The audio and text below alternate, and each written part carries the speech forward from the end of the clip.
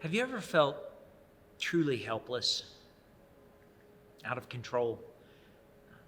Like everything that could go wrong has gone wrong, that you are at your wit's end without any direction that you can turn towards to make things better? If so, this is a story for you. This is something you need to hear.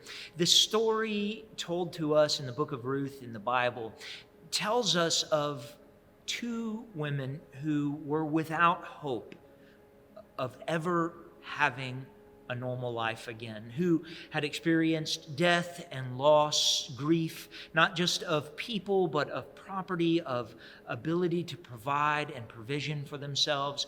It tells us a story of two people whose desperation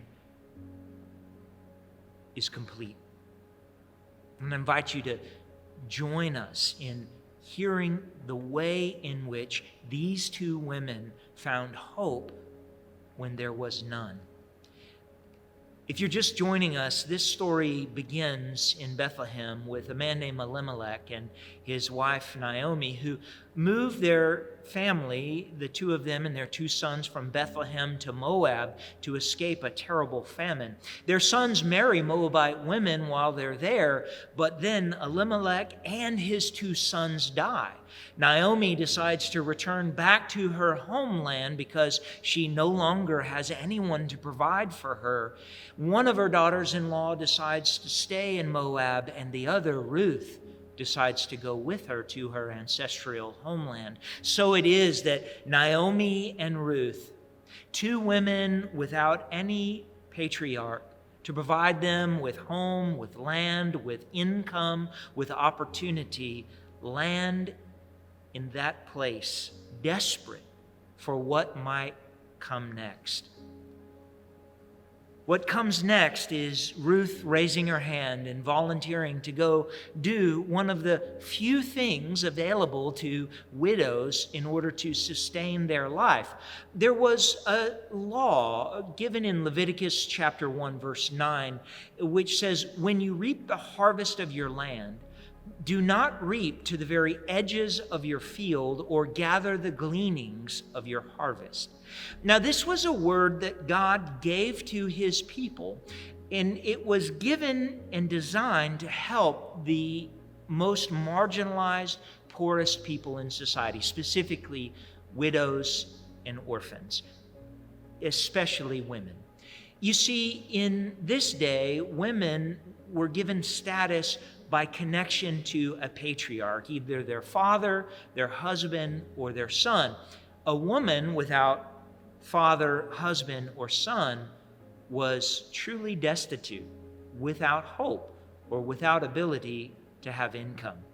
This is the situation that these two women are in. And so Ruth volunteers to go out and to do what would essentially be begging on the side of the road today. God instructed people to leave a little bit of the harvest for the poor to be able to come and pluck up for themselves, specifically just a little bit around the edges. And he would say, whatever falls, the gleanings. In other words, when the harvesters passed through the fields, they would make a first pass through the fields and pick the things up. They weren't allowed to make a second pass and pick up what might have just fallen from their hands, or the little tiny fragments that broke off or that they missed.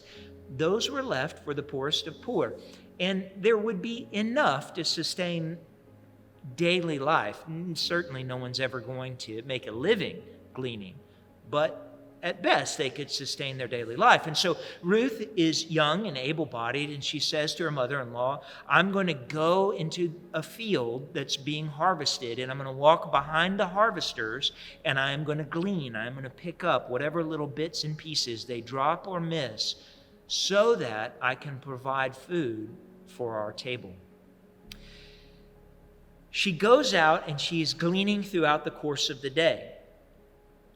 We meet the owner of that property when he arrives in the midst of the harvest. we meet this man who owns the property, whose name is Boaz. And the first words we hear from him when he approaches and walks on the scene in the book of Ruth is, "The Lord be with you." He offers a blessing to those who are working in his fields. And so right away, we know the quality of the character of this man that we're being introduced to. This man is a believer in God. This man is one who knows his spiritual responsibility to those in his care and in his service. It's not just that he's fulfilling a form or a function in that greeting, as we discover, because in the midst of greeting his workers and the women who are in the fields, he notices Ruth, and he says, "Who is that? Who is that woman?" Now, think about it. Ruth is a Moabite woman from a distant land. She's coming as a beggar on his property, following behind his harvesters and the women who are bringing them water and resources as they're doing their work, perhaps with other people who are also gleaning, and yet he notices her. He says, "Who is that?" That tells us that he knows who all of his workers are. He knows who all of the women who are on his property working are. And what's more, he also obviously knows all the other poverty-stricken people who are gleaning in his field, because she alone stands out to him. I don't know her. This tells you a little bit about Boaz as a man, what's in his heart. Not every landowner would know each of his harvesters by sight, nor their wives and daughters, nor all those who beg on his property. But Boaz does. He pays attention. He takes note. He's interested in the welfare of those around him. The Lord bless you, a blanket blessing that he provides is not just words that he's speaking, but as it is revealed, his heart means it. He actually notices people. He cares about them. They mean something to him. He's paying attention to those around him. He pays attention and says, "Who is that poverty-stricken young woman who is gleaning in our field?" I wonder if you're paying attention to the people around you.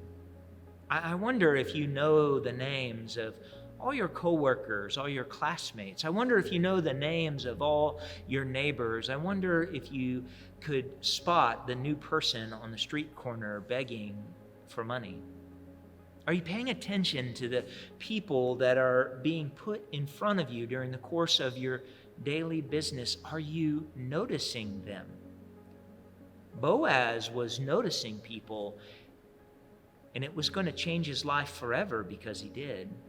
Boaz's life would be changed forever because he noticed Ruth in the field. Your life can change too if you are offering a blessing and you are noticing those that are being put in your path and willing to speak with them, to notice them, and to offer them some words of encouragement and hope and blessing. He notices Ruth and is told who she is. The workers say, "Oh, that's Ruth, Naomi's daughter-in-law." And Ruth's character is known among the people, even to Boaz, because Boaz comes to Ruth and he's impressed by her. He chooses to bless her. And the reason he says he chooses to bless her is he says, "I know about you. I didn't know it was you, but I've heard about you. You are the Moabite woman who didn't just look after her own interest and welfare, but you clung to your mother-in-law even though you didn't need to, and even though it was a great sacrifice to you. You're the one who decided to be faithful to Yahweh, even though it meant sacrificing and entering into a lifelong poverty of begging and gleaning in someone else's field just so that you could be faithful. I've heard about you." Ruth's character was known to the people in Bethlehem. And it impressed Boaz. Again, telling you the kind of man that he is, that he would find that impressive. Impressed that she was faithful, even in the face of hardship. How we live, the choices we make, they matter. They do. And they become known. Ruth wasn't walking around town carrying a banner saying what she had done. But character shows in the way that we choose to live and interact with one another, the choices that we make. At a time in which people were living only for themselves, Ruth's life witness stood out because she chose to live for something and someone more than herself. And so Boaz is impressed, and he chooses to favor her. He gives instructions to his workers to leave her alone, to not accost or to molest her, to let her go about her work. What's more, he's even going to tell them, don't be too careful in collecting my harvest, but let some fall on the ground here and there so that she can have an abundance when she gleans. Not just enough to get by, but that she can have a little bit of income by gleaning what you leave behind. Now, this is extraordinarily generous of Boaz. Consider that a famine had gripped that land for decades. So severe that Elimelech and Naomi and their family had left the land and moved to Moab in the first place. In fact, this is the very first harvest in over a decade that Boaz is bringing in. Now, I don't know about you, but if you've been living off of savings, scrimping, and trying to scoot by, and you find yourself with some windfall, perhaps the last thing you're thinking about is how to be generous to someone who has had an even harder time. Seems timely, doesn't it? I know that some of you have been living that exact experience over the course of this last year. Lost your income, lost your job, or at threat of losing your home, or have already lost it. And then, like rain in the desert, you receive a stimulus check, a small token of welfare to give you a boost. You can imagine what that money means to you when you open up your bank account and suddenly you realize you can stay in your apartment for 1 month longer. This is Boaz's circumstance.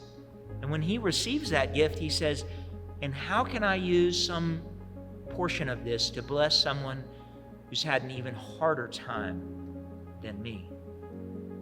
So he says, make sure you leave a little for Ruth to glean. And he goes to her and he says to her, I've been told about what you've done for your mother-in-law since the death of your husband, how you left your father and mother and your husband and your homeland and came to live with people you did not know before.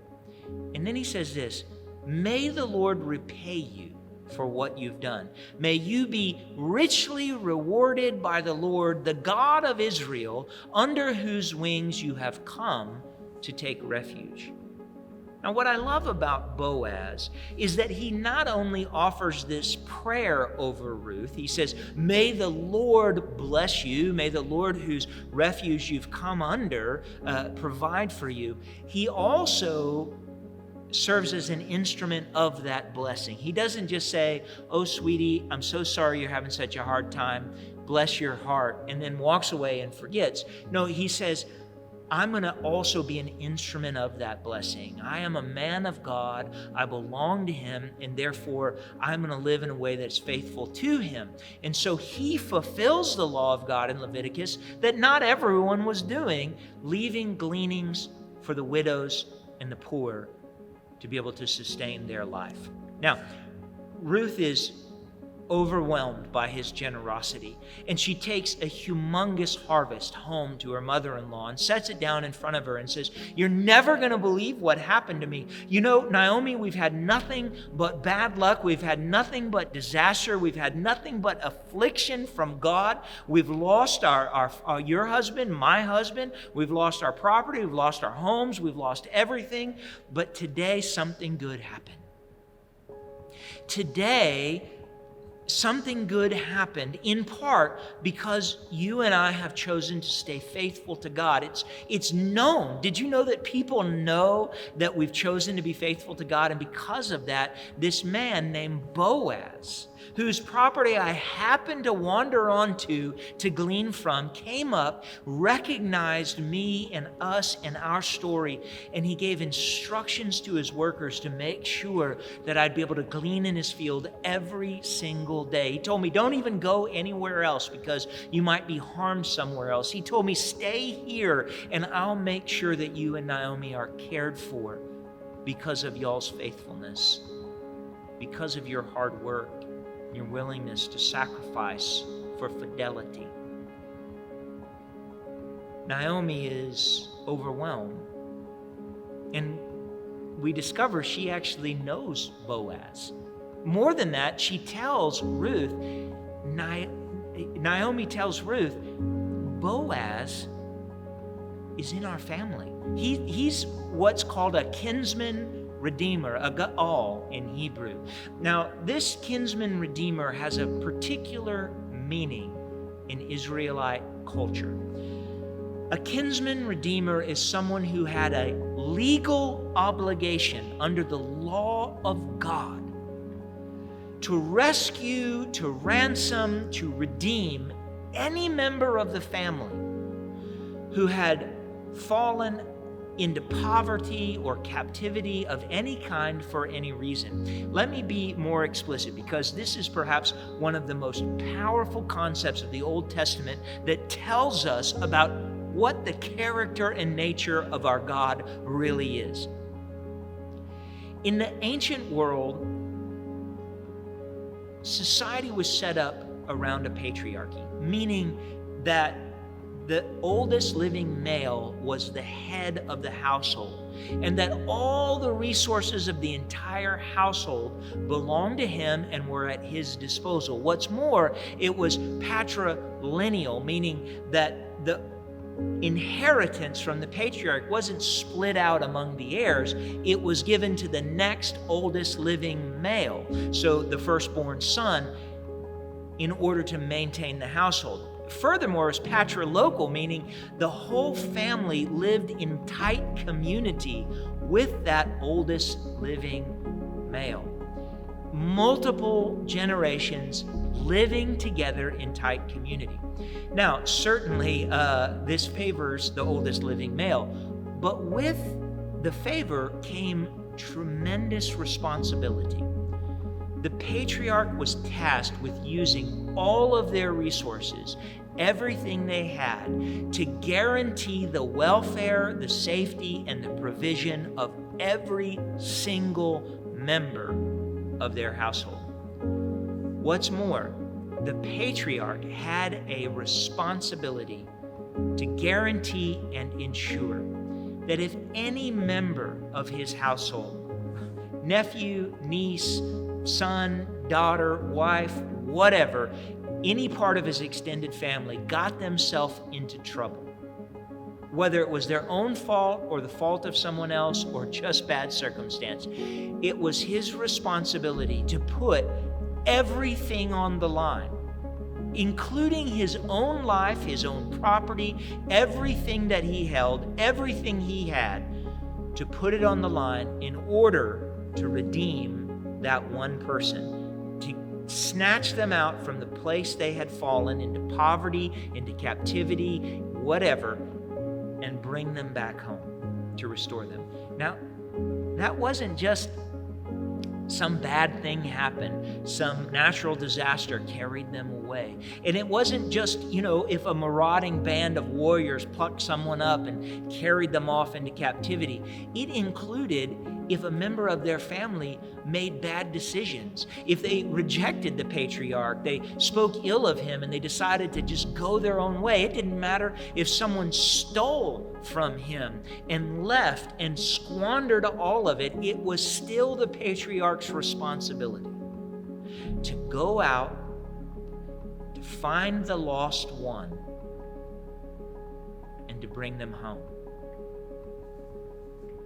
That's a kinsman redeemer.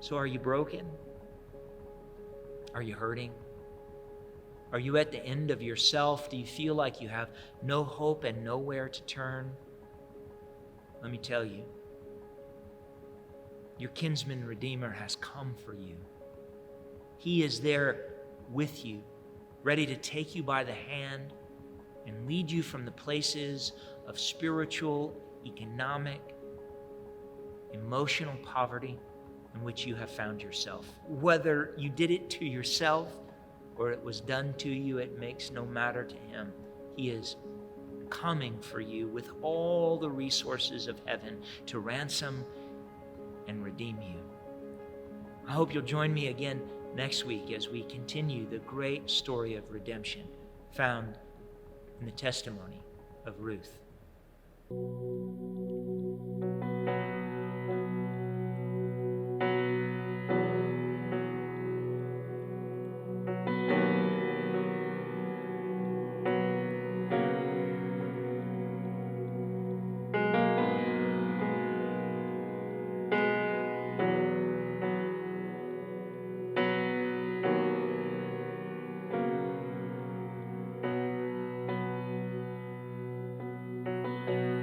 Lord bless you and keep you, make his face shine upon you, be gracious to you. Lord turn his face toward you and give you peace.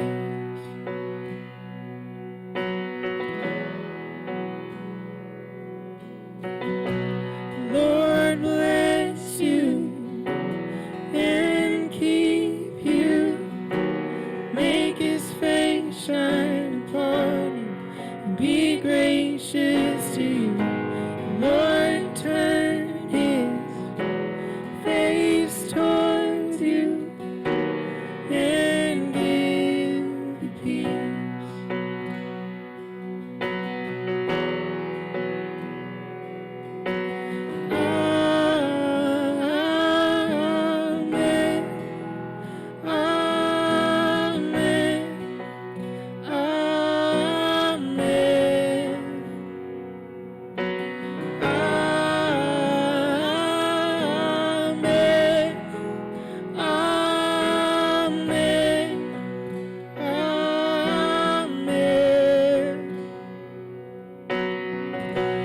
Lord bless you and keep you, make his face shine upon you and be gracious to you. The Lord turn his face toward you and give you peace.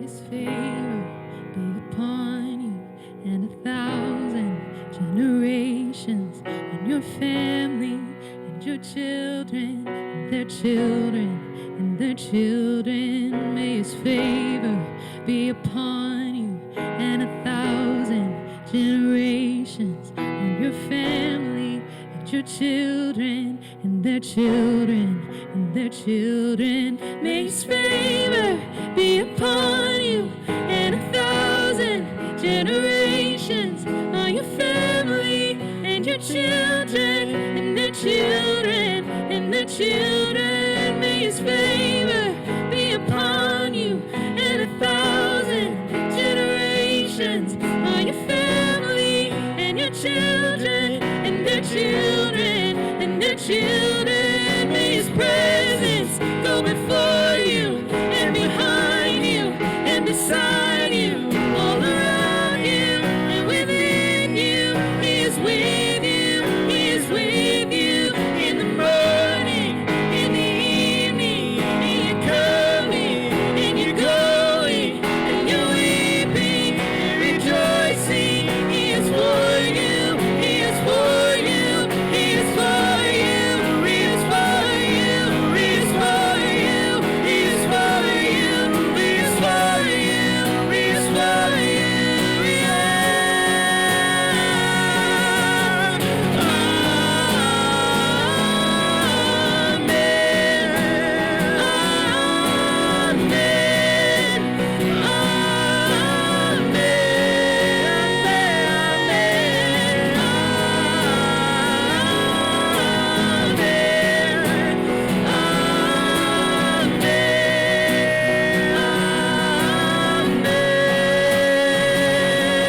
May his favor be upon you and 1,000 generations, and your family, your children, their children, and their children. May his presence go before you and behind you and beside you, all around you and within you. He is with you, he is with you, in the morning, in the evening, and you're coming, and you're going, and you're weeping and rejoicing. He is for you, he is for you, he is for you, he is for you, he is for you, he is for you, he is for you, he is for you,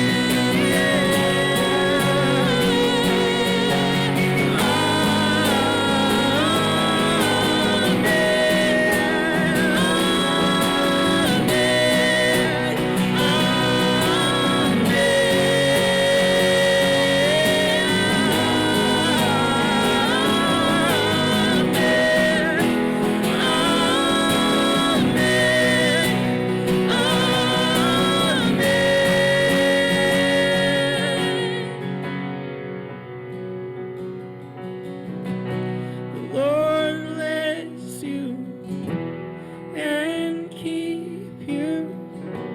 Make his face shine upon you and be gracious to you. The Lord turn his face towards you